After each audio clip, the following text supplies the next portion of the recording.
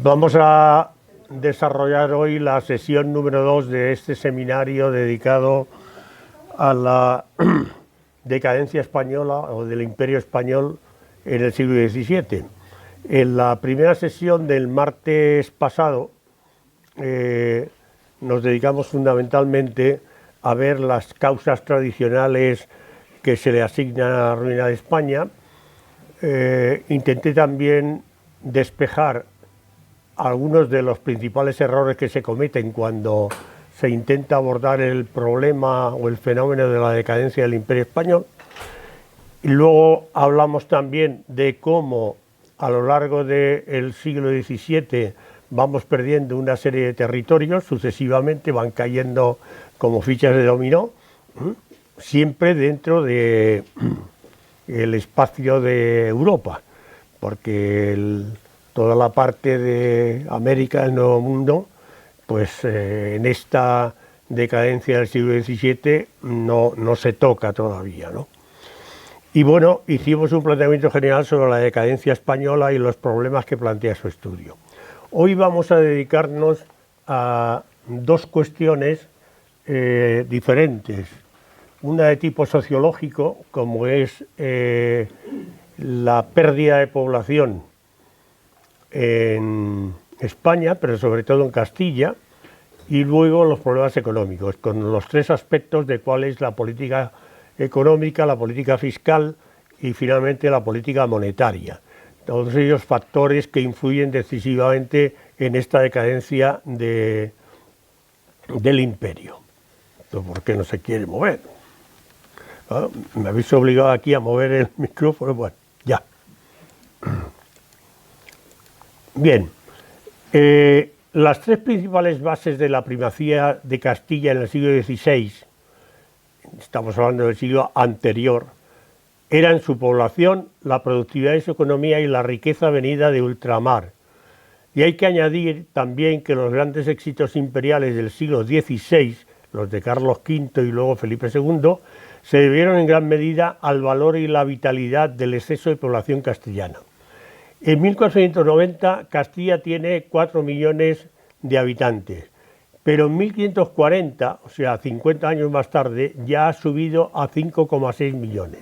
Es decir, que en poco menos de, bueno, en 50 años aumenta prácticamente un 20%, algo más de 1 millón. Estas cifras se van elevando hasta finales de ese siglo XVI, hasta llegar a la década de 1590, cuando las epidemias, los movimientos migratorios hacia el sur y la sequía provocan una fuerte caída. La concentración de la población en Castilla empieza a producirse en las ciudades y hacia 1520, con unos valores que nos pueden servir de referencia, Valladolid, que era la población más densa, tenía 38.000 habitantes, Toledo tenía 32.000, Medina del Campo tenía 20.000, más que Segovia, que tenía 15.000, y Salamanca, que tenía solo 13.000, a pesar de ser la gran ciudad universitaria. Y Madrid en aquel momento solo tenía 4.000 habitantes. Quiero decir con eso que la distribución de la población en aquellos momentos no se parecía para nada a la actual. Eso nos puede despistar, a ver si este quiere portarse bien, el puntero no le da la gana de moverse. A ver, vamos a ver, ahora. Bien, es importante también a lo largo del desarrollo de esta sesión que tengamos más o menos en mente cuál es la división territorial de España en 1500 y que básicamente se traslada a todo el siglo XVI y XVII. Entonces, como veis, la parte principal es lo que llamamos Castilla, que en aquellos momentos incluía no solamente lo que es ahora Castilla la Vieja, sino Castilla la Nueva, Andalucía y todo el norte de España. Excepto la Corona de Aragón, que viene ya desde Fernando II de Aragón como una entidad propia, independiente de Castilla, y lo que había sido el Reino de Granada, que se mantiene aquí separado junto con las Islas Canarias. Las Islas Baleares están incluidas en la Corona de Aragón, y esta separación será importante sobre todo cuando hablemos de los impuestos, porque los impuestos caen durante la carga que soporta, digamos, el Imperio Español, la soporta Castilla durante todo el siglo XVI y prácticamente el XVII. Estos territorios que veis aquí en otros colores, Aragón, Granada, incluido Navarra, el País Vasco, las Canarias y las Islas Baleares, están exentos de este soporte financiero del imperio, ¿no? Es por eso por lo que el problema poblacional que se da en España, sobre todo a partir de final del siglo XVI, a partir de la muerte de Felipe II, condiciona de manera importante la decadencia del Imperio Español.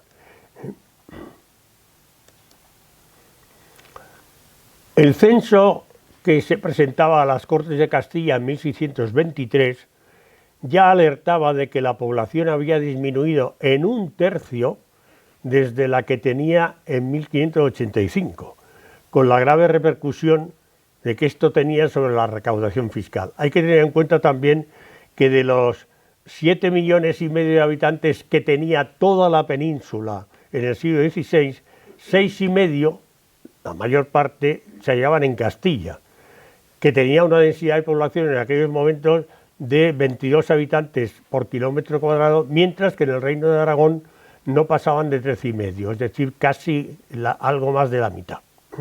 Quiero decir que Castilla, con todo y ser un territorio muy grande, además tenía una densidad de población muy grande, lo cual empieza a cambiar, como digo, hasta el punto de que en 1623 1/3 de la población de Castilla lo ha perdido, que es una barbaridad en términos poblacionales o sociológicos. Hay multitud de factores que influyen en el descenso de la población a partir de finales del siglo XVI. Bueno, hay un suceso que nombro aquí porque me parece que en la sesión anterior alguien lo citó, pero que en términos de pérdida de población no es importante, como es la expulsión de los judíos de Sevilla en 1492, porque el número de ciudadanos judíos, ya de por sí, el número total que vivían en España era relativamente pequeño comparado con los 6,5 millones que vivían en Castilla. Pero además muchos se convirtieron y al final el número de los que fueron expulsados no influyó de manera decisiva en el descenso de la población. No es uno de los factores que afectan a esta pérdida de población. En cambio, sí le afecta la emigración al Nuevo Mundo. Esta es una imagen del Guadalquivir en Sevilla, con el puerto fluvial del que partían todas las expediciones que iban al Nuevo Mundo. Esta emigración hacia el Nuevo Mundo sí tiene importancia dentro de esta pérdida de población. A partir de la segunda mitad del siglo XVI empieza a descender la población castellana debido a diversas causas. Y las principales,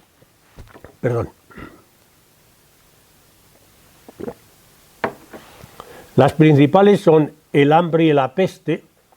En 1599 y 1600 hay una epidemia de peste importante en toda la península que afecta de manera importante a la pérdida de población. Luego, otro fenómeno es la emigración de gran parte de la población rural hacia las ciudades. Es otro de los fenómenos que se produce a lo largo del siglo XVI, debido en gran parte a que la política que se sigue desde los Reyes Católicos, ya citamos el día anterior a la apuesta de los Reyes Católicos por la ganadería y la introducción de la mesta, eso deja a los ganaderos a los agricultores en situación de inferioridad económica y eso provoca que haya muchos agricultores que acaban concluyendo que estar en el campo no les produce más que desgracia y emigran a las grandes ciudades a ver si de ese modo mejora su situación. Los otros dos factores que afectan, uno, como digo, es la migración a América y las guerras, es decir, España está metida en guerras durante todo el siglo XVI y XVII. Estas guerras exigen la creación de ejércitos que tienen necesidad de muchos hombres que se extraen prácticamente en su totalidad de Castilla. Y por último hay que citar como factor importante también la expulsión de los moriscos que se produce a partir de 1609, ya con Felipe III. Esta expulsión de los moriscos sí que supuso una pérdida de población importante. Aquí veis, bueno, esto es una imagen no demasiado representativa del puerto de Denia en 1610. Denia y Valencia fueron los dos grandes puertos desde los que partieron la expulsión de los moriscos, y ahora veremos las zonas donde más influyó esa expulsión. Bueno, este es el decreto de expulsión de los moriscos emitidos desde Granada en 1609 y la crisis poblacional se incrementó 10 años después de la peste con esta expulsión de los moriscos, lógicamente. Se calcula que fueron expulsados en torno a 275.000 moriscos en toda España. De ellos, unos 90.000 procedían de Castilla, pero la mayor parte procedían del Reino de Aragón y de Valencia. A Valencia le afectó una barbaridad porque prácticamente gran parte de la riqueza de Valencia, que era agrícola, estaba en manos de los moriscos, que eran los grandes conocedores del campo y los que conocían las técnicas mejores de cultivo. De hecho, se puede decir que hay una herencia que todavía persiste hasta hoy de esa, digamos, ciencia agrícola de los moriscos, todavía permanece en Murcia. Murcia es la gran huerta de España y algunos dicen que de Europa también, y gran parte de sus técnicas de cultivo y tal vienen de esta época, ¿no? Bien. Castilla fue muy castigada por la peste de 1599 y el hecho de que inmediatamente después de esta peste que produce una pérdida de población importante, se produzca la expulsión de los moriscos, es digamos, un golpe muy duro para Castilla. Además, es que esta expulsión de los moriscos no está justificada ni por motivos económicos ni monetarios, no. Es una expulsión que se produce como una miopía política por parte de los gobernantes de aquella época. Se podría incluir en lo que en la sesión anterior denominamos el programa de regeneración nacional. Es decir, hay muchos gobernantes de aquella época que creen que la decadencia de España, que ya empieza a notarse, se debe a que se han perdido las buenas costumbres de antaño. Son nostálgicos de un tiempo que ellos, digamos, idealizan, de los reyes católicos y de Carlos V, donde todo era, según ellos, magnífico, etcétera, etcétera. Pero dice que cuando ya llegamos a finales del siglo XVI y principios del XVII, se han perdido las buenas costumbres. Su receta es retornar a las virtudes sencillas de una sociedad rural y marcial. Se trataba de extirpar de Castilla la maldita y perniciosa semilla de los moriscos. Ese os sonará porque es el discurso actual contra la inmigración de algunos señores de hoy en día que creen que los problemas de España también vienen de la inmigración. Pues estos señores del siglo XVI y principios del siglo XVII piensan lo mismo. Se equivocan de pe a pa y desde luego la expulsión de los moriscos no sirvió para arreglar nada. En cuanto a la magnitud de los castellanos que migran a América, no hay cifras fiables a día de hoy. Se apunta una cifra de unos 150.000 en el periodo de 1500 a 1550. Eso va subiendo, luego veremos con un poco más de detalle estas cifras. A ver, aquí están. Esto es un gráfico que va desde 1500 a 1800 de la emigración a América. Aquí cada una de estas columnas corresponde a 5 años y veis que empieza de 1500 a 25 años, perdón. Empieza de 1501 a 1525, que es inmediatamente después del descubrimiento de América, cuando empieza a haber esa emigración. Va subiendo progresivamente hasta llegar a un máximo entre 1576 y 1600, es decir, en el segundo periodo de Felipe II. Como veis, aquí en la parte oscura de la columna corresponde a los hombres y la parte clara a las mujeres. Como veis, en el principio las mujeres que migran son muy pocas, en los 25 años siguientes sube más, sube bastante ya en la mitad del siglo XVI y prácticamente se iguala entre 1576 y 1625. En esos 50 años la emigración se mantiene prácticamente equivalente entre hombres y mujeres. Curiosamente, a partir de 1625 esa migración pega un bajón.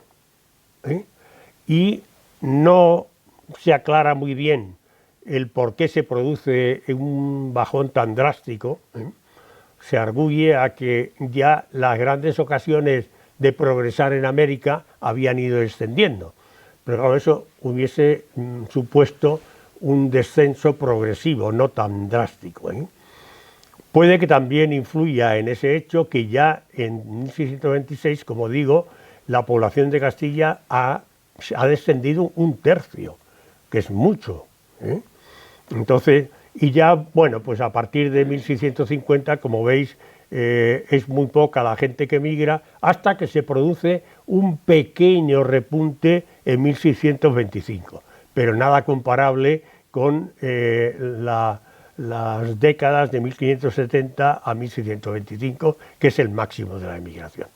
Y por otra parte, aquí veis los destinos de la emigración a América entre esos siglos, y veis pues que en los lugares de mayor emigración, digamos de mayor atractivo para los que iban allí, eran el Perú y Nueva España, o sea, México.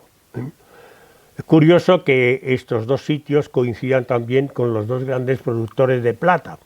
Las grandes minas de plata están en el Potosí, en Perú y en Nuevo México. No sé si tiene algo que ver, pero supongo que sí, que algo tendría que ver el hecho de que fuesen muy atractivos. Probablemente también, bueno, hay que tener en cuenta que Nueva España, lo que llamamos México, en aquellos momentos Nueva España era mucho más que ahora, era casi el doble, porque se extendía hasta todo el sur de Estados Unidos, del Estados Unidos actual, a Texas, Nuevo México, todo eso era en Nueva España. Por lo tanto, era un territorio muy grande y que por lo tanto podía atraer a mucha gente. Perú también era un territorio bastante grande, pero bueno, no tanto ni muchísimo menos. Y bueno, hay otro elemento de la pérdida de población, que eso es las guerras. Es decir, como he dicho antes, estamos en un estado permanente de guerras, ya lo comenté en la sesión anterior, entre 1550 y 1620, es decir, entre la muerte de Felipe II y el reinado de Felipe III, se produce una rápida erosión de las dos principales bases de la primacía de Castilla en el siglo XVI. O sea, la vitalidad demográfica de Castilla se pierde, y, por otra parte, a partir de 1600, también, o casi podríamos decir de 1550, empieza a decaer el comercio con las Indias, con el Nuevo Mundo. Aparte de que a partir de 1550 también se produce otro fenómeno, y es que tanto en la Nueva España, en México como en Perú, aparecen industrias propias. Es decir, que hasta ese momento prácticamente todo lo que se consumía en América, que lo consumían fundamentalmente los españoles que habían emigrado allí, se transportaba en los barcos desde España. Pero a partir de 1550 eso empieza a decaer. Y empieza a decaer porque estos grandes territorios de España en el Nuevo Mundo empiezan a tener su industria propia. Por tanto, digamos que esos dos elementos importantes, que es la población, la pérdida de población, y ese descenso del comercio entre España y el Nuevo Mundo, pues influyen evidentemente en la decadencia de Castilla.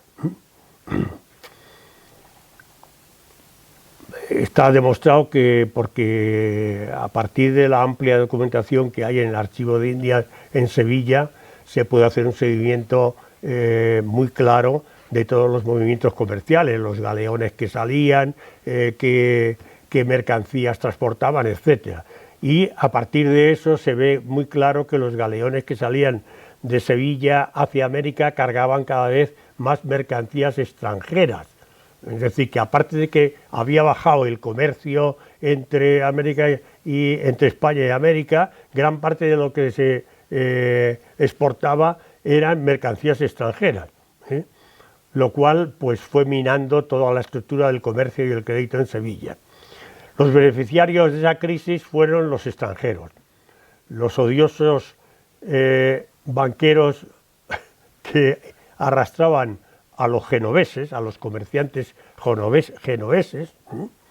Hoy en día pues hablamos de la gran capacidad comercial que tiene Italia para exportar de todo, es decir, que tienen un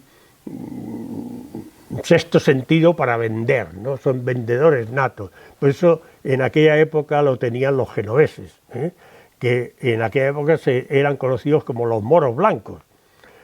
También los judíos portugueses y los herejes holandeses y flamencos. Ese era el sentimiento que había en Castilla en aquella época.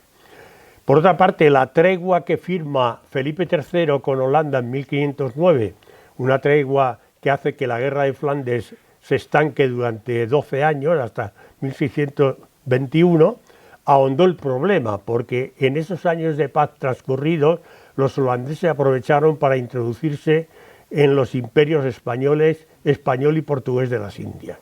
Es decir, que los holandeses, que no eran nada tontos, pues evidentemente aprovecharon el tiempo, cosa que otros no hicieron. Diremos finalmente que frente a este declive demográfico de Castilla, Francia, que es el enemigo fundamental, central de España en aquellos momentos, y lo que le traía más fuerzas era la guerra de Flandes, pero es que Francia estaba apoyando a los holandeses en la guerra de Flandes. Entonces, frente a esta demografía descendente en Castilla, en Francia, que era nuestro gran competidor, tenía en aquellos momentos 16 millones de habitantes, más del doble que España. Y eso implicaba una diferencia de potencia económica considerable. Todos estos son factores importantes en la derrota de Olivares frente a Richelieu. Lo tenéis aquí, ya sabéis que al final el gran triunfador de ese enfrentamiento permanente entre Francia y España en la época de Olivares, el gran triunfador fue Richelieu. En parte por los errores de Olivares y en gran parte también, aunque toda la culpa se le echa a él, a que las condiciones de España no le permitían reaccionar adecuadamente ante las amenazas permanentes de Francia. Castilla había dejado de crecer y Olivares se chocó con una situación incapaz de responder a sus exigencias de hombres y dinero para sus campañas contra Francia y los Países Bajos. Ya comentamos en la sesión anterior cómo en 1623 Olivares, en un esfuerzo desesperado, se inventa algo que él cree que va a ser la solución a los problemas, que es la unión de armas. Entonces hace un análisis inicial cierto, y es que hasta entonces todo el esfuerzo económico y de hombres había venido de Castilla, mientras España tenía otros muchos territorios que deberían aportar dinero y hombres al esfuerzo militar y defensivo de España. Entonces hace un reparto que él se inventa y que sobre el papel está muy bien, pero que luego no funcionó en absoluto. Y que fue además el que provocó en 1640 la rebelión de Cataluña. Entonces, digamos que el resumen es que Castilla está en decadencia, Francia está en alza, gracias fundamentalmente a las políticas muy acertadas de Richelieu, y en ese enfrentamiento pues llevamos todas las de perder, evidentemente. Bien. Ya una vez que creo que hemos dejado más o menos claro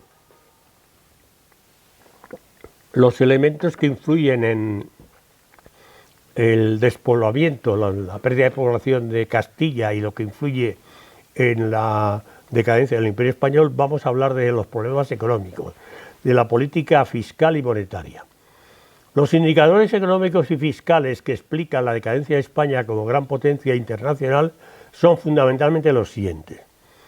El estado de la Hacienda Real, que un ministro definía en 1729 como si hubiera estado en continua declinación durante sus últimos 39 años al servicio real. Apunta a que desde 1590 la Hacienda Real venía permanentemente yendo hacia abajo y con menos capacidad.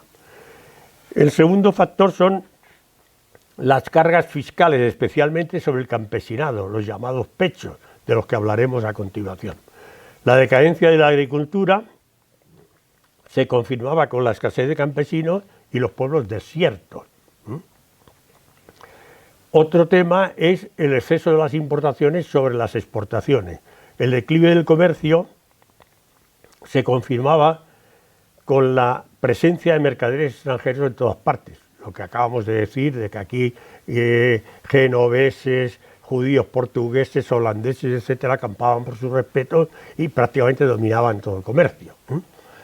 La ruina de la industria doméstica, con una auténtica invasión de artículos importados, es decir, que, por ejemplo, Castilla tenía una cierta industria textil importante a principios del siglo XVI, con los reyes católicos, pero desde que se decide que lo importante es la ganadería, eso trae como consigo el que la exportación de la lana española a los Países Bajos se encuentran con una materia prima excelente y relativamente barata, producen excelentes tejidos cada vez con menor precio, los exportan a España, porque los mismos mercaderes que exportan la lana a los Países Bajos son los que llenan los barcos de retorno con los productos holandeses, y al final pues la industria textil castellana se arruina. Después también otro factor del que hablaremos es la degradación en forma de moneda de vellón, y por último el descenso de la población, que no es el último, sino el indicador más importante y preocupante. Hay dos factores fundamentales en la decadencia económica. Uno es, tiene su origen en los reyes católicos, como he dicho, con la introducción de la mesta.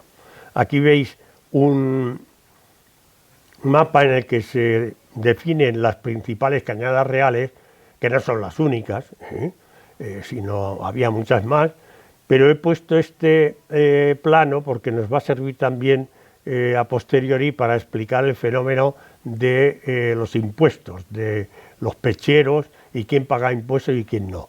Aquí he puesto una serie de territorios marcados en colores. Los amarillos corresponden, bueno, estos corresponden a las órdenes de caballería. Entonces los amarillos corresponden a las de Alcántara, los de Calatrava son los que están en rojo, perdón, en azul, y los de la Orden de Santiago en rojo. ¿Por qué he puesto esto aquí? Porque estos territorios estaban en manos de las órdenes de caballería y los impuestos, lo que pagaban los campesinos era suyo, era de las órdenes de caballería. Hasta tal punto de que llega un momento en el que con la deuda enorme que vamos acumulando frente a los banqueros, hay una forma de pagarle, sobre todo a los banqueros Fugger, de los que ahora hablaremos, es concediéndoles que todos los impuestos de los territorios de las órdenes de caballería pasan a ser suyos. Y hasta tal punto tenía importancia estos territorios. Bien, el segundo factor económico muy importante en la decadencia de España es la deuda monetaria, la deuda bancaria con los banqueros. Bueno, aquí para que veáis lo de los banqueros, pero los banqueros principales de España no son los únicos, son los Fugger, alemanes, que son el que empieza la decadencia económica endeudándose hasta las orejas es Carlos V. Luego eso irá subiendo de manera progresiva hasta un punto casi insoportable, ¿no? Y dentro,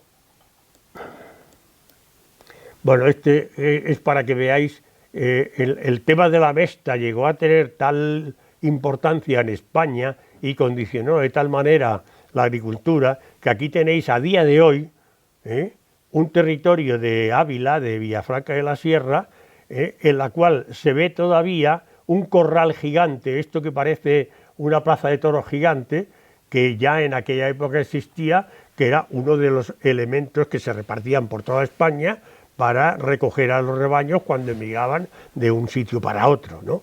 Entonces, bueno, ya todos sabéis que el tema de las cañadas reales y la mesta todavía tiene una cierta realidad en España. En Tres Cantos, en el Soto de Viñuelas, tenemos la cañada real, que pasa por ahí, y tiene sus derechos, porque cuando el Ayuntamiento de Tres Cantos, a petición de los vecinos de Soto de Viñuelas, pidieron que la carretera de acceso que parte de la BP hasta la urbanización de Soto de Viñuelas se pidió que se mejorase y se ampliase, se puso la Mesta enfrente y dijo, este territorio es nuestro, y os lo hemos cedido como favor para que hagáis esta carreterita de acceso, pero de ampliar nada. Y bueno, pues todos conocéis también que todos los años, para que no se nos olvide, la Mesta introduce sus rebaños de ovejas por la Puerta del Sol y hasta la Puerta de Alcalá, como diciendo, oiga, que esto sigue siendo, seguimos teniendo legalmente derechos sobre ello. Bien, pero vamos a ir a lo que es importante, que es la deuda bancaria. Castilla entraba en el siglo XVI con un peligroso equilibrio en su economía que fue incrementándose a lo largo del siglo.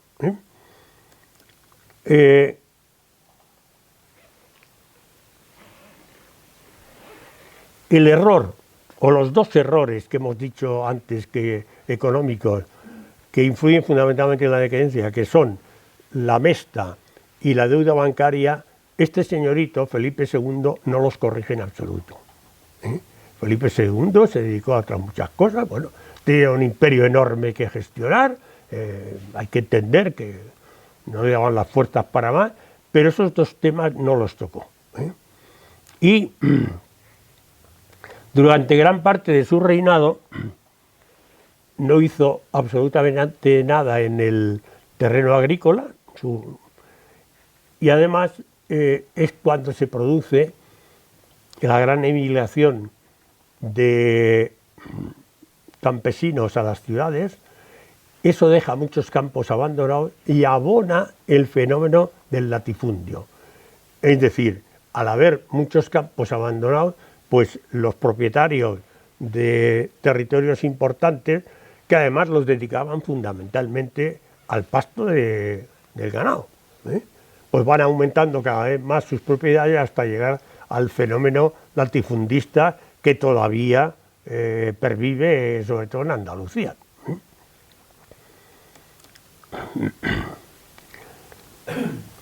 Se aplicó, por tanto, por parte de Felipe II, una política miope ante los intereses agrícolas que fue muy perjudicial en una época de rápido aumento de la población.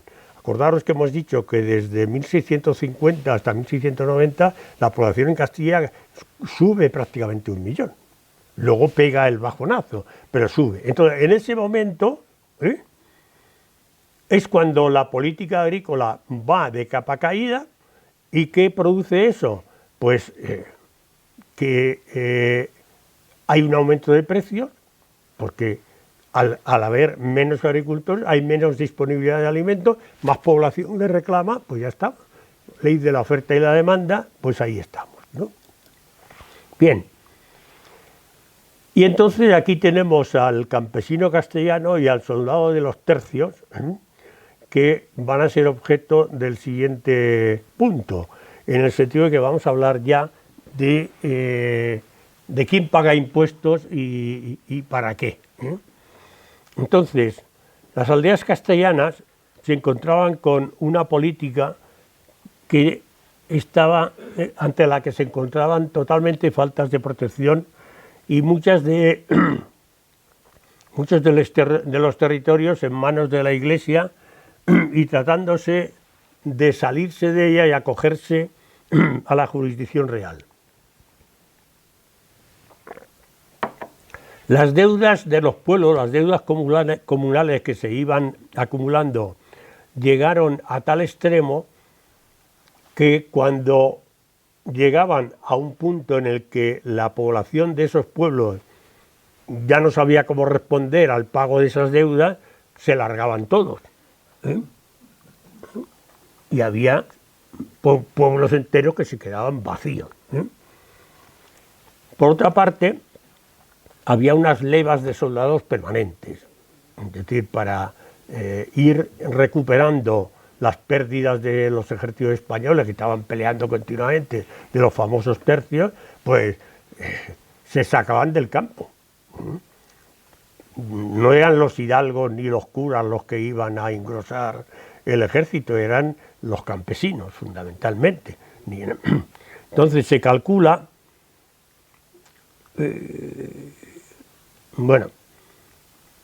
los campesinos, por tanto, no solamente tenían que pagar los arrendamientos de los señores, porque los territorios donde ellos cultivaban eran propiedad de los señores, tenían que pagar la renta anual que les hubiesen puesto.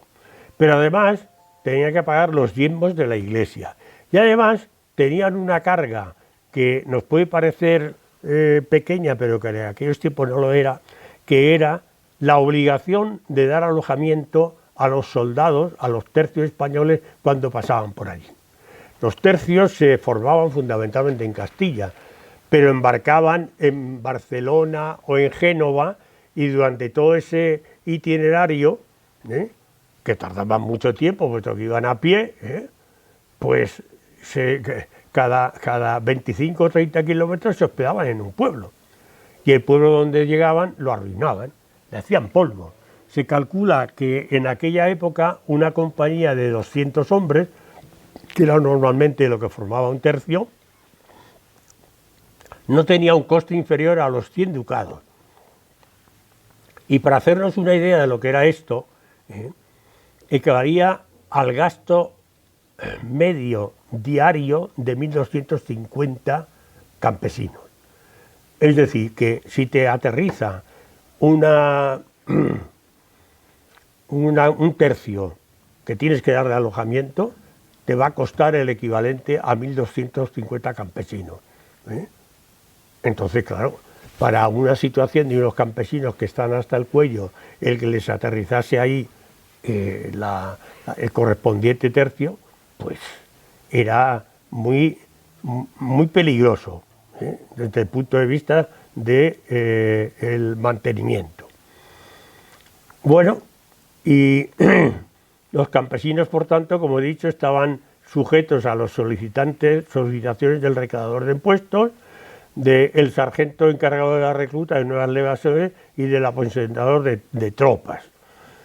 Pagaban sus derechos a los señores propietarios de las tierras, los diezmos. En 1630, bueno, esto ya lo hemos dicho. Vamos a pasar ahora al tema del endeudamiento de Carlos V. Cuando Carlos V llega en 1518 a España, viene acompañado por este señor que tenéis a la derecha, Guillermo de Croix, el señor de Chievres. Este señor se encarga en estos momentos de mandar a hacer puñetas todos los compromisos anteriores. Antes de la llegada de Carlos V a España, que es todavía un muchacho, porque Carlos V nace en 1500, luego 1516, 1516, 16, 17 años, ¿no? Entonces, antes de su llegada, negocian una serie de condiciones con el cardenal Cisneros, que está todavía ejerciendo de regente. Y las dos cuestiones que negocian fundamentalmente es que no se daría ningún cargo a un extranjero y que el oro castellano no saldría del reino. Bueno, pues el señor de Chievres se lo pasa por el forro de esto y resulta que se dedica fundamentalmente, primero, todos los grandes nombramientos del reino son flamencos que vienen con él. Y segundo, agarra todas las riquezas que puede y se llena los bolsillos. Los flamencos que vienen también se llenan sus bolsillos y van vaciando las arcas. A continuación, el señor Carlos V, pues ha muerto su abuelo Maximiliano I, el emperador del Sacro Imperio Romano Germánico, y ha quedado vacante el puesto del emperador y aspira a ser el sucesor. Pero, dado el estado de cómo se funcionaba la elección del emperador, que era a través de los príncipes alemanes, pues eso, los príncipes alemanes cedían su voto a quien más les pagase. Mi voto vale tanto, así que a ver cuánto me pagas.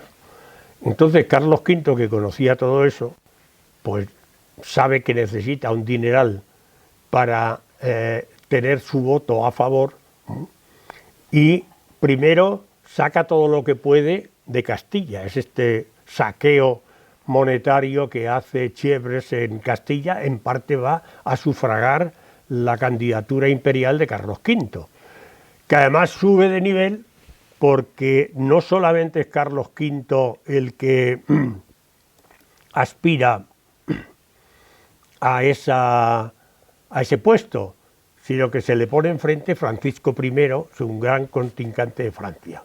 Entonces, al tener dos pretendientes, pues evidentemente los príncipes alemanes suben la apuesta, con lo cual lo que va a costar el puesto, el cargo de imperial, pues cuesta mucho más. Como todo lo que han sacado de Castilla no es suficiente, pues entonces el señor Carlos V pues no tiene más remedio que complementar lo que le falta con un empréstito importante de una serie de banqueros.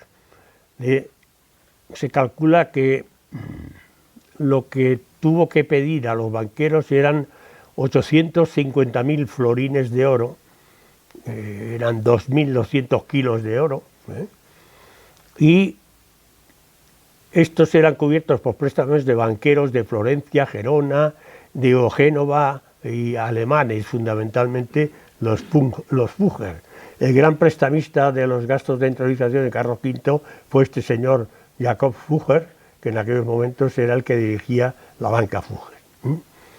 Pues 2/3 de esa cantidad, o sea, 544.000 florines, fue un préstamo que hizo la banca Fugger a un, digamos, a un interés bastante elevado.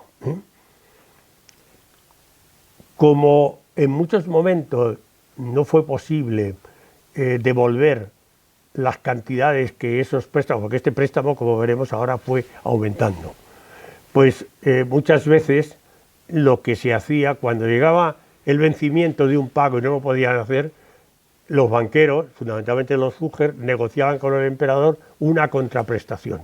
La contraprestación podía ser, como he dicho, el que durante una serie de años, 3, 4, 5, todos los derechos de recaudación de los terrenos de las órdenes militares pasaban a manos del banquero, que de esas rentas pagaba el empréstito no abonado por el emperador, y además se quedaba con otra parte.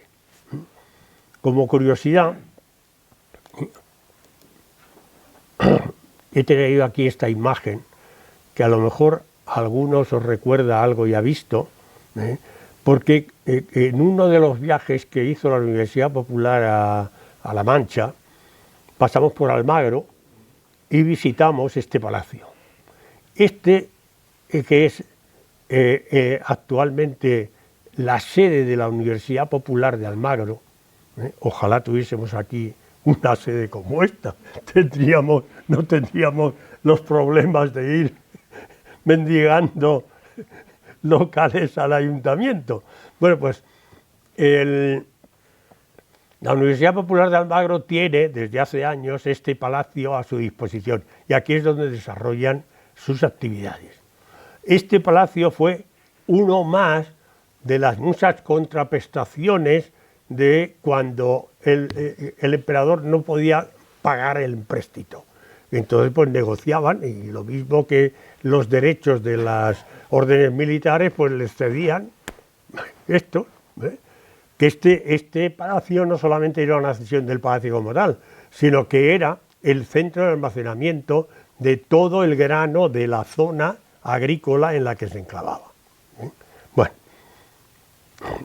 ya hemos dicho lo que sucede con Francisco I, que él eleva la cuota y el dinero que hay que pagar por todo esto. Y añadiríamos que los altos intereses de esas deudas fueron uno de los factores económicos que influyeron en la decadencia de España y llegó a provocar la bancarrota de las finanzas del reino en varias ocasiones, como vamos a ver ahora. Esta es la sede actual de la Banca San Giorgio en Génova, que ya en aquella época fue otro de los prestamistas de Carlos V. Y cuando... ¿Qué le pasa a esto que no quiere ir? Cuando Carlos V se retira a Yuste en 1648, le deja a su hijo Felipe II un largo testamento, pero también le deja una deuda extraordinaria. A ver.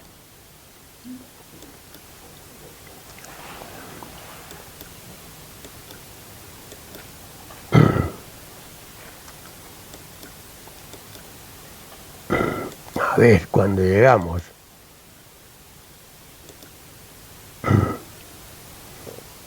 Vamos a ver. Luego volveremos para atrás. Caray. Bueno, pues lo vamos a dejar en suspenso porque si no me voy a saltar un montón de cosas interesantes.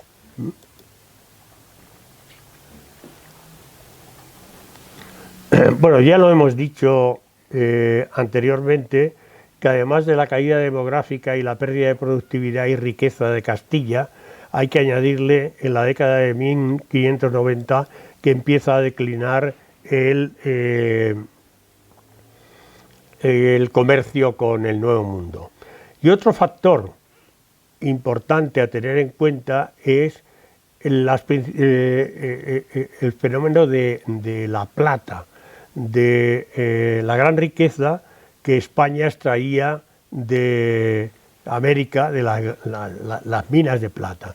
Aquí en rojo os he puesto cuáles eran las grandes zonas de explotación de las minas de plata, fundamentalmente centradas aquí en esta zona de México, de Nueva España y de Perú.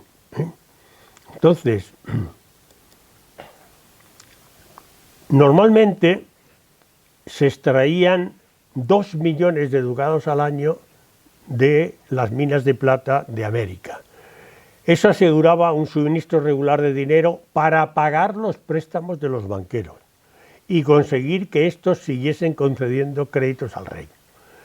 Esta cifra se mantuvo más o menos constante hasta 1600. En 1600 se desploma a la mitad, a 1 millón, baja hasta 800.000 en 1620 y entre 1621 y 1640 con el gobierno de Olivares se recupera ligeramente, pero fueron excepcionales los años en que se alcanzó la cifra de 1,5 millones de ducados. Castilla, que venía pagando entre 6 y 8 millones de ducados en impuestos al año, soportaba la mayor carga del imperialismo de los Habsburgo. Entonces, eso fue aumentando la deuda y cada vez que esa deuda iba subiendo, los banqueros, evidentemente, para seguir prestando, subían el tipo de interés, hasta llegar un momento en el que la locura de los reyes de aquel momento aceptaban intereses del 35 y el 40%. Era una auténtica barbaridad. Cuando toda esta deuda acumulada llega a Olivares en 1623, que ya tiene una deuda que no sabe por dónde salir, intenta lo de la unión de armas, que le sale fatal, y entonces no se le ocurre más que la devaluación de la moneda. Lo que veremos, la moneda de vellón, que en un primer momento parece que soluciona algo y luego le peta totalmente en las narices. Bien, vamos a ver la política fiscal de aquellos momentos, que va muy directamente emparentada con lo anterior. Los gastos ordinarios del reino en aquel momento eran las casas reales, la corte y la administración, el pago de las deudas, el empréstito de los banqueros, las mercedes, limosnas y obras pías, porque resulta que aunque no tuviesen un puñetero duro, pues había que dar limosnas y hacer obras pías porque se ganaban el cielo. Aunque a nosotros nos cueste creerlo, esta gente en su mayoría creían en el más allá y creían en el paraíso, y había que ganárselo, y había que pagarlo, y había que hacer obras pías y dar mercedes.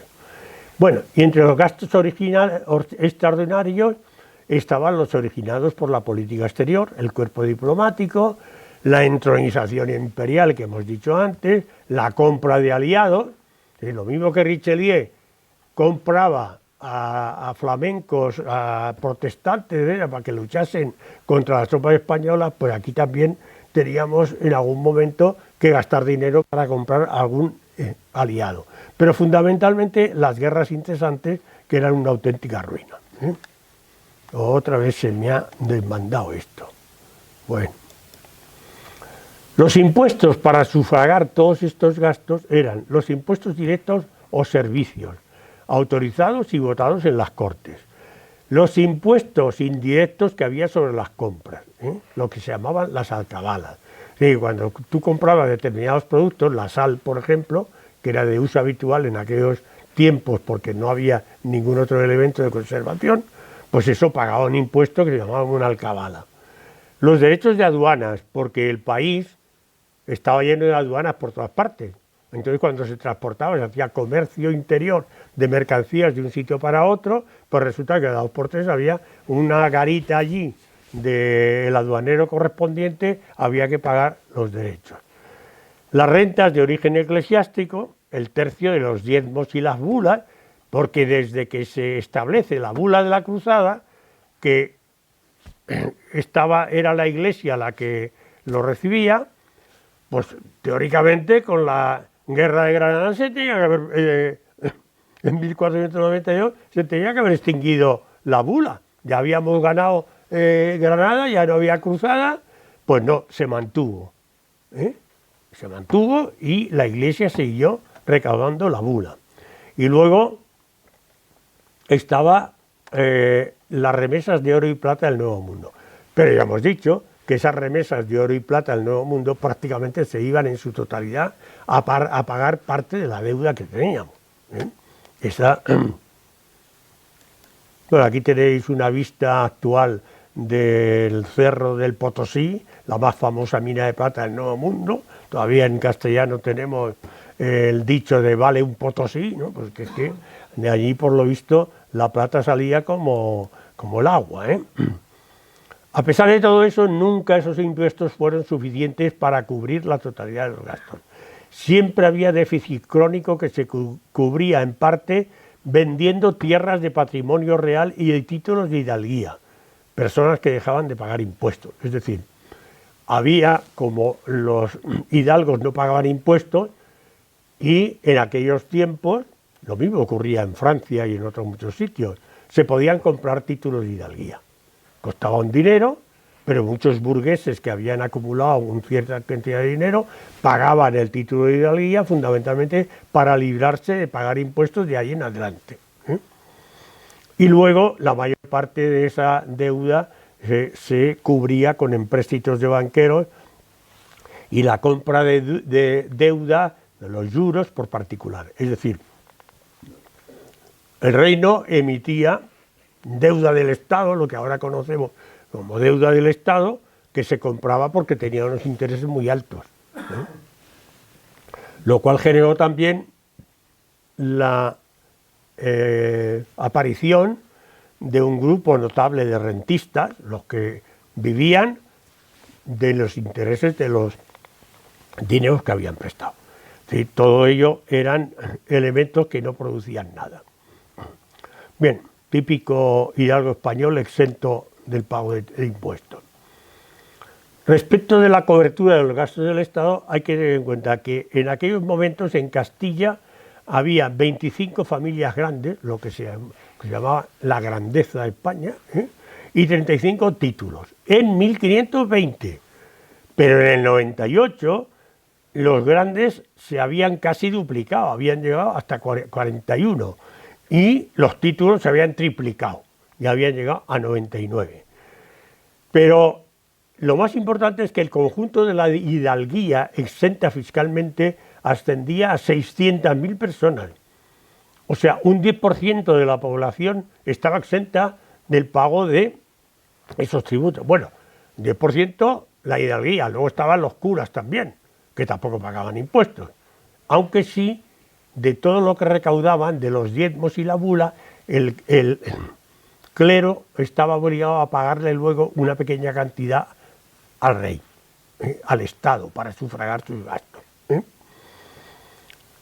El porcentaje de hidalgos era extraordinariamente variable según los territorios. Y resulta que en Asturias y en la montaña asturiana, es decir, gran parte del norte de España, los hidalgos estaban entre el 75 y el 85% de la población total. Allí parece que no trabajaba nadie.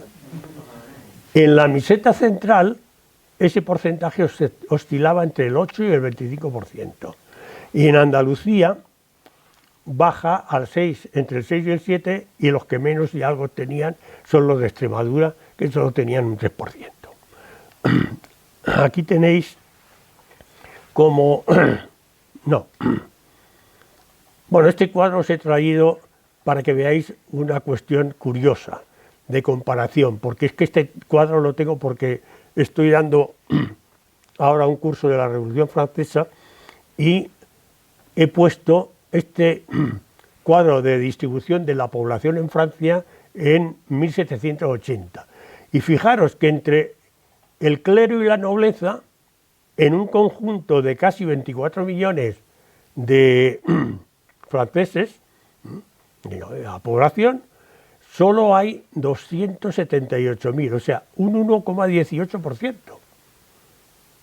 Es decir, frente a un 10% que tenemos en España en esos momentos, pues esto nos da una idea comparativa de lo que suponía el peso que eso tenía para la economía española. Volvemos a Castilla y aquí tenéis un censo de Castilla, de una zona de Cuenca. Aquí tenéis las localidades, los vecinos que hay en cada pueblo, los pecheros, o sea, los que pagan impuestos, y el número de hidalgos, y entre paréntesis el número de clérigos. Como veis, la media de todo esto, del rojo de hidalgos, en este caso, de esta zona de Cuenca, pues está entre el 5, 6 y el 7%. Y los clérigos también, más o menos el 6 o el 7%. Es decir, que en este caso entre hidalgos y clérigos totalizan un 15%, que no es poco. Pero además esto os da una idea de que se llevaba muy al día, esto era como una especie de agencia tributaria del momento, pero que solo afectaba a los campesinos, que eran los que pagaban impuestos. Estaban todos fichados.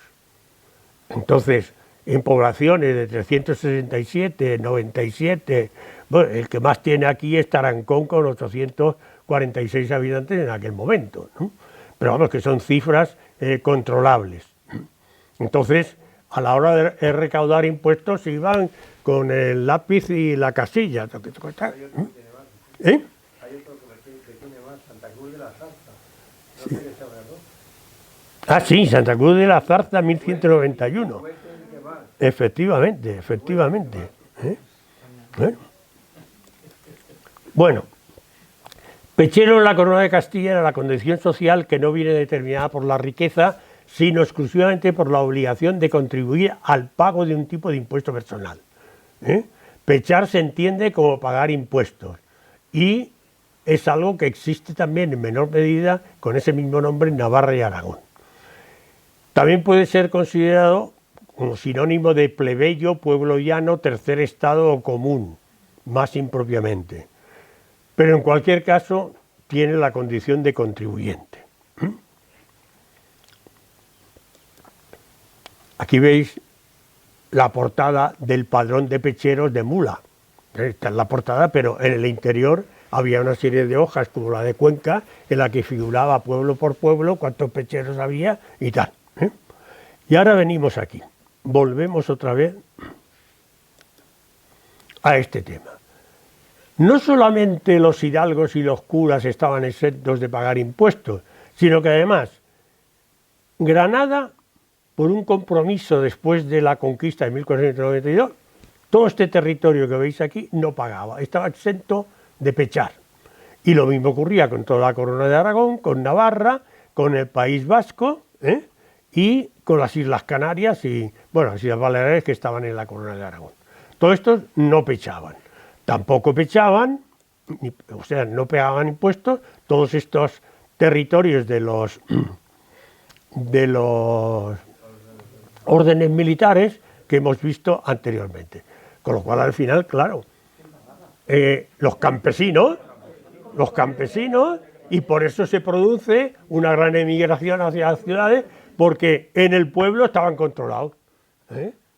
Había el que apuntaba y tal, pero emigraban a la ciudad, en la ciudad eran anónimos, nadie les controlaba, vivían probablemente de la mendicidad, del latrocinio, de lo que fuese, pero estaban hartos ya de ser los que pechaban. Bueno, esto llevó también a lo que hemos dicho, de que muchos de los que pagaban impuestos se pasaban al estado de hidalgos. Es lo que se llamaba la tradición de la burguesía. Querían pasar a ser hidalgos o caballeros. Y existía el dicho de que los burgueses rabian y mueren por la caballería. Todos quieren ser caballeros. Esto ya acentuó el conflicto que ya de por sí era muy enconado entre hidalgos y pecheros, ya que la única clase social que contaba era la nobleza, pero la única clase social que contribuía eran los pecheros. Bien, vamos ya rápidamente. Bueno, aquí está el tema de la devaluación de Bellón. El señor Olivares, cuando se encuentra hasta la espada de la pared, no se le ocurre más que convertir el ducado de oro en moneda de Bellón, que tenía una ley en metal precioso muy inferior a la del ducado. Entonces, se produce en principio un fenómeno que parece que va a resultar, porque los pecheros que tienen que pagar impuestos pagan con la moneda de Bellón, bueno, que está devaluada, pero no se entera. Pero cuando nos toca pagar la deuda bancaria o pagar todos los productos importados, pues resulta que las cuentas no cuadran. Porque el banquero dice, no, a mí no me vas a pagar con la moneda de Bellón. A mí me pagas con ducados de verdad, porque si me vas a pagar con esto, yo desde luego te duplico la deuda o te la triplico. Así que al final esta idea magnífica, que era en realidad una devaluación encubierta, pues no sirvió para nada. Bien, en cuanto a la política monetaria, pues ya prácticamente lo hemos dicho todo. Cuando en 1556 el emperador Carlos V le cede el trono finalmente a Felipe II, pues le deja una magnífica deuda. Le deja una deuda de casi 1 millón de coronas,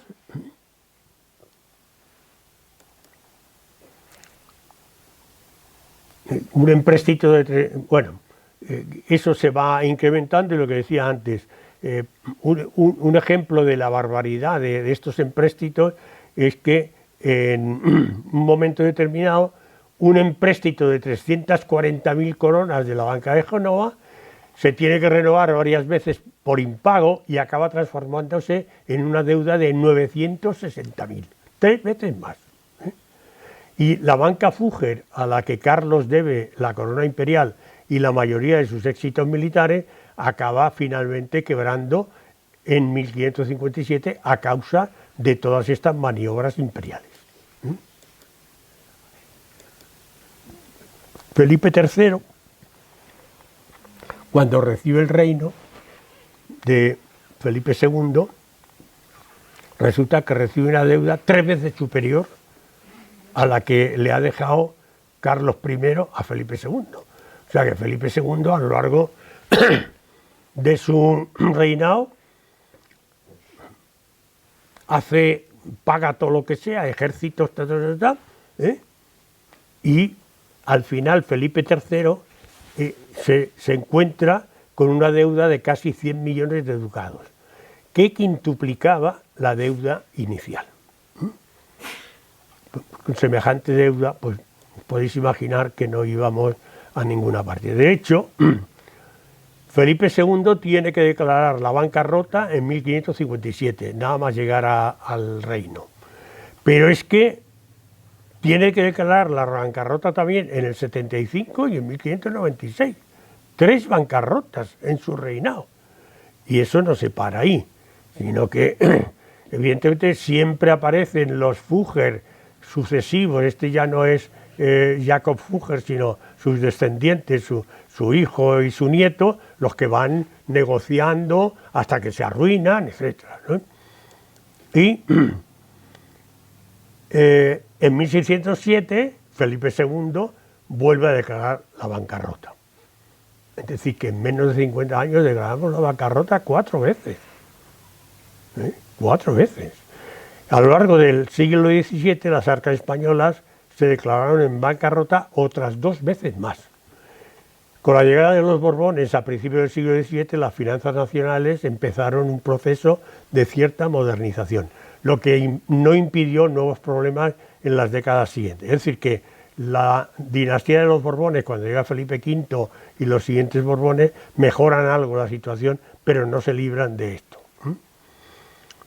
La consecuencia de todo eso, o mejor dicho, añadido a todo eso, el dinero se deprecia, los precios de los artículos aumentan y ya se crea una situación de descontento totalmente desastrosa, porque como hemos dicho, las remesas de Indias, de la plata que venía, ya se habían descendido a la mitad de las iniciales, así que ya no había de dónde sacar.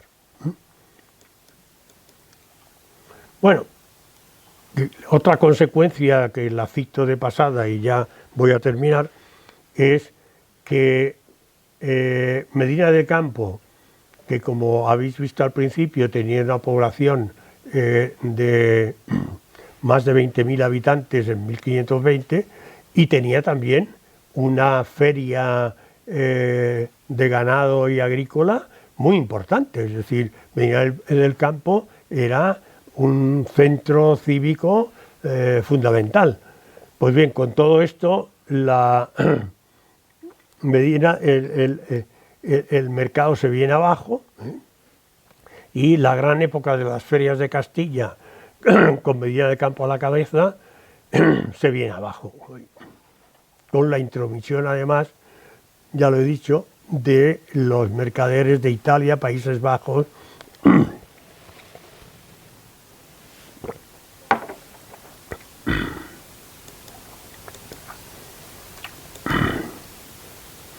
bueno, ya hemos dicho,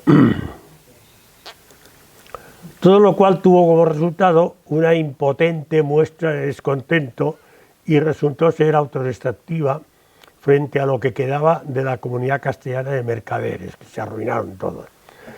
Las compensaciones con los juros, que prácticamente no tenían valor a los mercaderes sevillanos, acabaron también por arruinarlos. Y la desintegración de la delicada estructura crediticia de Sevilla entre 1639 y 1649 colapsó.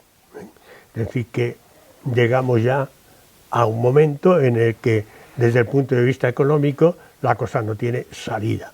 Por tanto, es una de las causas primordiales de por qué se hunde el Imperio Español. Y nada más. Ahora, si tenéis preguntas a hacer.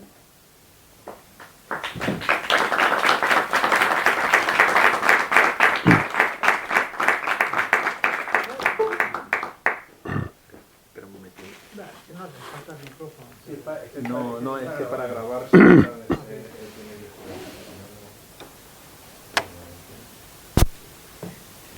No me hagáis preguntas muy comprometidas. Por favor, ¿cuál es el motivo por el que los reyes católicos dan tanto apoyo a la ganadería A la mixta. y en detrimento de la agricultura? Porque hay un origen de todos estos problemas, hay un origen en la política de los reyes Por católicos. supuesto. ¿Pero por qué? ¿Qué Bueno, compromiso pues tenía? yo diría que hay dos factores fundamentales. Uno es una falta de visión estratégica. Es decir, lo que ven es dinero próximo. Desde el principio, los reyes católicos son conocedores de que el mercado de la lana de las ovejas merinas hacia los Países Bajos es un mercado muy importante, que les genera mucho dinero. La gran parte de los mercaderes de la lana están en Burgos, que es en aquellos momentos un centro importante dentro de la estructura del Reino de España, de Castilla. Y el gran centro de exportación es Santander. Bueno, el puerto me parece es Casturdiales, ¿no? No creo que es Casturdiales o... No es Santander, es en Cantabria, no me acuerdo si es Casturdiales. De ahí salen permanentemente los barcos que van a llevar la lana a los Países Bajos. Eso es un negociazo. la cantidad de dinero que... Entonces ellos inicialmente, que necesitan dinero inminente, creen que multiplicando ese negocio van a tener unos ingresos importantes. Y además, la nobleza que les rodea les empuja en ese sentido, porque ellos también participan del negocio. Esa es una de las causas. Y la segunda es su ceguera de no ver que eso era pan para hoy y hambre para mañana. Pero no solo su ceguera, sino que ninguno de los reyes posteriores, ni Carlos I, ni Felipe II, nadie le dijo a la Mesta: hasta aquí hemos llegado. Porque la Mesta estaba fundamentalmente en manos de los grandes nobles. Y concederle esos privilegios a la Mesta era una manera de contentar a los nobles, para que no se insubordinasen frente a la realeza. Esos son, yo creo, los dos elementos principales. Yo tampoco entiendo por qué los reyes sucesivos no hicieron nada para revertir esa situación. Pero ya veremos el próximo día cómo en el siglo XVII, cuando ya esa situación es insoportable, como acabamos de ver, ya en esa época hay una serie de economistas, por decirlo de alguna manera, que han analizado los grandes males de la economía española, son los llamados arbitristas, y esos señores hacen un análisis de los problemas de España, y el primero que apuntan siempre es la Mesta, la pérdida de la agricultura, como gran problema de la decadencia económica que lleva a la decadencia política.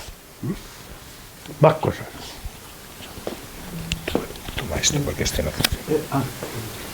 Si he entendido correctamente, la Mesta sigue existiendo. Bueno, Sí. Sin embargo, no sé en qué estamento de la administración se basa Pues o es a mí algo, también me es una resulta- organización particular. No lo acabo de entender porque, bueno, aparte de ese ganado que pasa por el centro de Madrid, no se vuelve a oír nada más en prensa ni en... O sea, yo creo que legalmente nunca ha habido un decreto, nunca, ni siquiera en la época de Franco, que dijese que los derechos de la Mesta quedan anulados. Pero bueno, hay que tener en cuenta también que en época de Franco los vascos le exigen sus fueros, y cuando llega nuestra democracia, pues resulta que se imponen una serie de obligaciones económicas a toda España, pero Navarra y el País Vasco tienen exención porque tienen sus fueros. ¿Y eso por qué es así?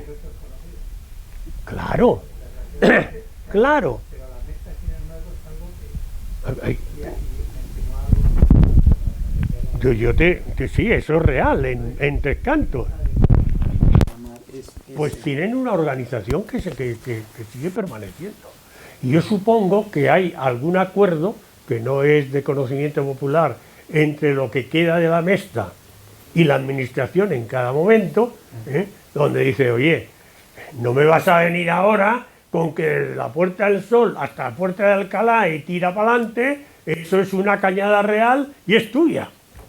Porque evidentemente eso provocaría un escándalo de primer nivel. Con lo cual supongo que hay algún acuerdo, de decir, bueno, tú te quedas calladito, y yo no voy a promover ningún decreto para anular tus derechos seculares, porque vienen desde la época de los Reyes Católicos. No lo sé muy bien, pero es una realidad, existe. Es uno de los secretos. Pepe, tú querías preguntar. Es para que... Hay un ramal, además está ahí, que viene desde Córdoba, y allí le llamaban la vereda de los Sarranos. Entonces eso, cuando yo era niño que pasaba por ahí, podía medir aproximadamente entre 60 y 70 metros de altura.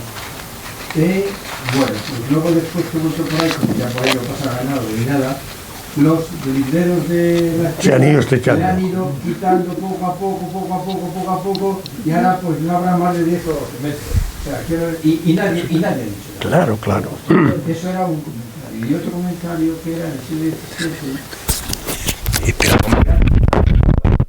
No, se graba esto. Bueno, no. Que era tal la pobreza que había que aquí en Madrid, e incluso los mendigos no podían salir todos los días a pedir. No. O sea, tenían unos días a la semana, 1 o 2 días, porque era tal cantidad la que había que No dijeron... había limosnas para todos. No había limosna para todos. No, bueno, simplemente era eso. Yo quería comentar el tema de la despoblación de Castilla. Claro, Castilla antes era desde el norte hasta el sur, hasta la Andalucía. Eran 6 millones y pico que has dicho que llegaron 6 millones a ser. y medio, Pero sí. yo siempre he pensado que Castilla la Vieja, lo que era, siempre estuvo muy despoblada, quizá como consecuencia de la Reconquista, no lo sé. Entonces quería saber un poco cuál era la distribución en esas fechas que tú has citado, dentro de Castilla, cuál era la distribución de la población. No te confundas. Justamente es al contrario. Castilla la Vieja en aquella época tenía una densidad de población importante, 20 habitantes por kilómetro cuadrado. Mientras que Aragón, que es una zona territorial mucho más pequeña, tenía 12 habitantes por kilómetro cuadrado, es decir, había mucha menos gente. Pero la población inicialmente está muy concentrada en Castilla la Vieja. Lo que ocurre es que hay un problema, un fenómeno de emigración hacia el sur, porque a medida que la Reconquista avanza, hay muchos castellanos viejos que para mejorar su situación les ofrecen terrenos amplios en los nuevos terrenos conquistados y van desplazándose hacia el sur. Eso al final genera que una parte importante de la población de Castilla la Vieja vaya hacia el sur y descienda su población. Pero inicialmente Castilla la Vieja estaba muy poblada. O sea, en torno a 1500 entonces la población de Castilla la Vieja era muy superior a la que había en Andalucía, por ejemplo. Ya te he dicho, los centros de población mayores eran Valladolid, Medina del Campo, Segovia, todo eso estaba muy poblado. Y no eran solo los grandes centros, sino todo lo que les rodeaba, Tordesillas... Más que Córdoba y Sevilla, por ejemplo. Sí. Bueno, Sevilla no. Sevilla, a tenor de que se convirtió en el puerto fluvial del Nuevo Mundo, creció muy rápidamente. Muy bien.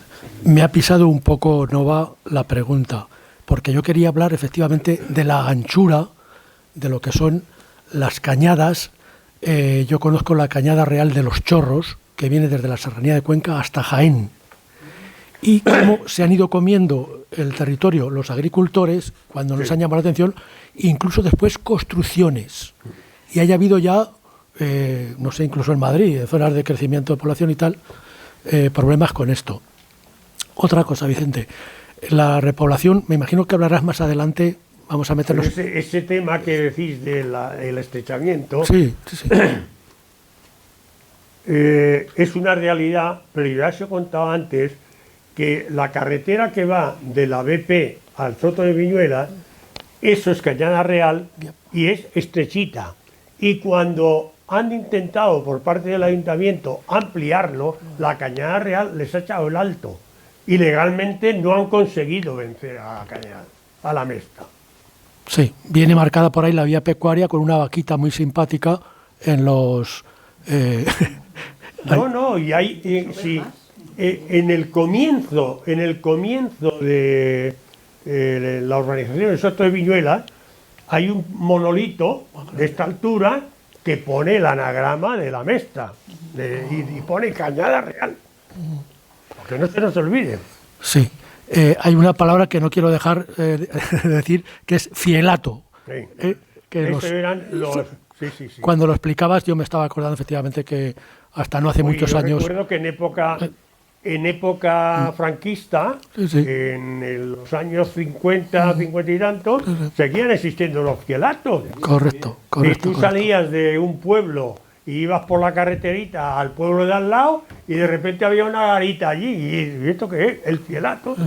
Que dependiendo de si ibas de paseo o llevabas algo, pues tenías que pagar dinero. Y sí, eso ha existido hasta hace... Me imagino que, Vicente, hablarás de la repoblación posterior, en la época ya de los Borbones, porque los flamencos alemanes que van a repoblar las sierras de Jaén, por ejemplo, hoy hay población por ahí rubia de ojos azules Sí. que son descendientes Carolina, de ellos. la La Carolina, por ejemplo.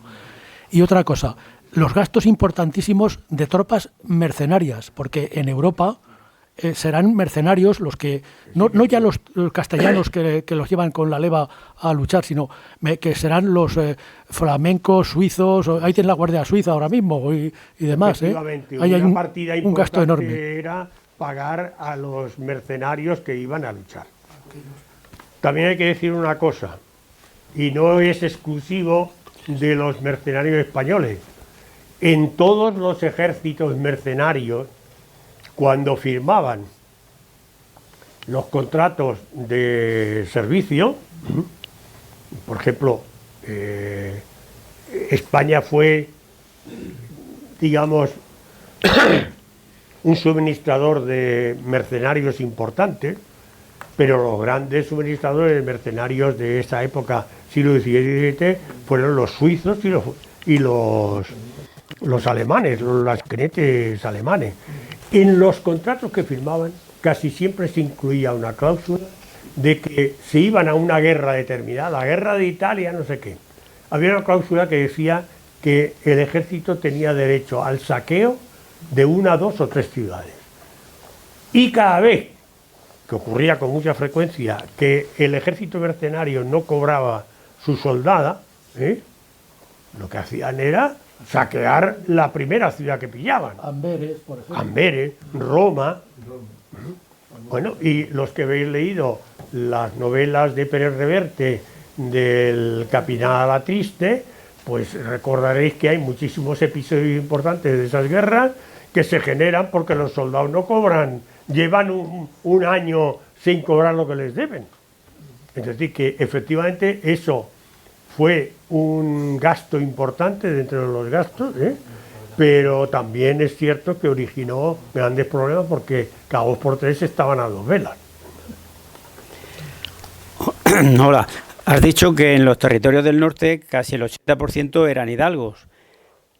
Entonces, los hidalgos no pagaban impuestos, pero se supone que tampoco trabajaban.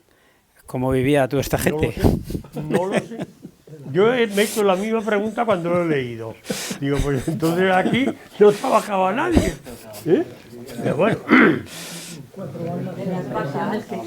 Pero bueno, a ver, yo sospecho que puede haber trampa en esa cifra, en el sentido de que he dicho antes que los territorios de Navarra y el País Vasco, que estaban integrados como parte de Castilla, no pagaban impuestos, estaban exentos. Entonces no sé si cuando hablan de que el 75% de los santanderinos y asturianos eran hidalgos, se refiere a que no pagaban impuestos porque también debía haber algún acuerdo de ese tipo.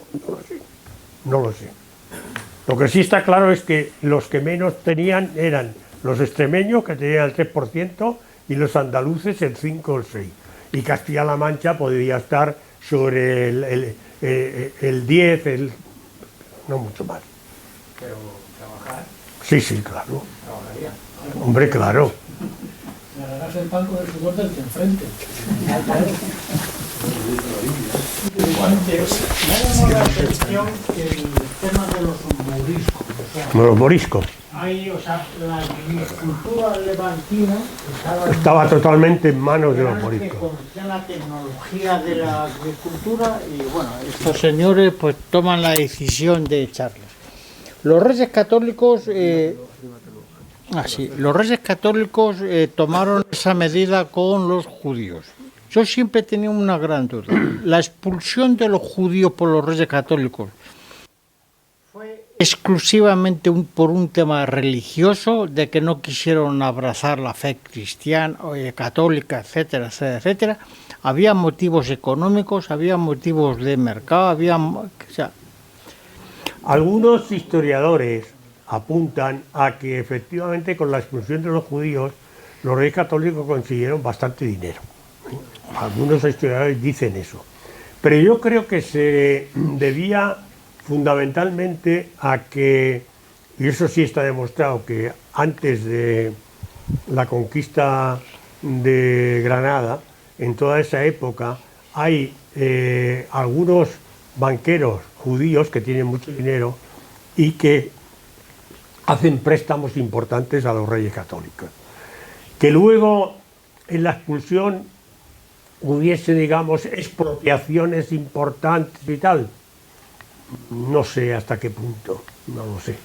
Pero el motivo fundamental fue religioso, dogmático, fue la Inquisición y fueron personajes como Cisneros y compañeros parecidos los que forzaron la expulsión. Prácticamente no, aquí solo hay una religión, la católica, y el que no se convierta, aire. Entonces, como la conquista de Granada acababa de realizarse y uno de los puntos principales que firman con Boabdil es el respeto a su cultura y a su religión, pues no se lo pudieron aplicar de inmediato a los moriscos. Tardaron 100 años en dar ese paso. Y en ese momento alegaron no solamente motivos religiosos, sino que los motivos religiosos se ligaban también con una supuesta decadencia moral y de costumbre que era por culpa de los moriscos. Pero vamos,